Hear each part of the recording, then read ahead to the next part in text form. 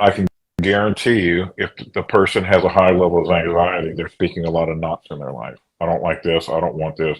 There's a direct correlation between the amount of knots a person speaks and their level of anxiety.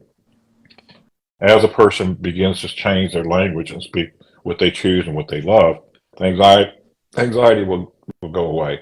And anxiety comes from where that person began to speak knots in their life was when they had some type of a situation early on where they said life shouldn't be this way, my parents shouldn't be this way, I'm not good enough, life's not fair, something. They surrounded that trauma with a whole bunch of knots, and once they took that perspective, they're giving, every word I speak is a prayer coming into manifestation, just like you, Madison and Michael.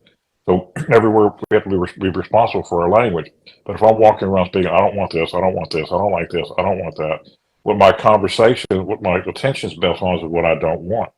And as those things you don't want show up, of course you get anxiety. Imagine you say, I don't want to struggle with money, and you don't want to struggle with money. Well, of course you're going to have anxiety from that. I don't want to be in an abusive relationship, and you're in an abusive relationship. Well, because you have to choose actually what you really choose, not what you don't want.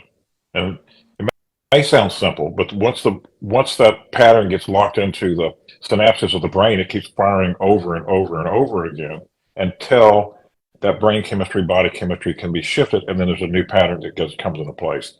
As that new pattern comes into place, gratitude, the person's genius and creativity is going to skyrocket. Intuition is going to continue to go up, and those things happen really, really quickly. But it takes sometimes a little, coaching, somebody who can really read the energy and the feedback and be able to help guide you through it.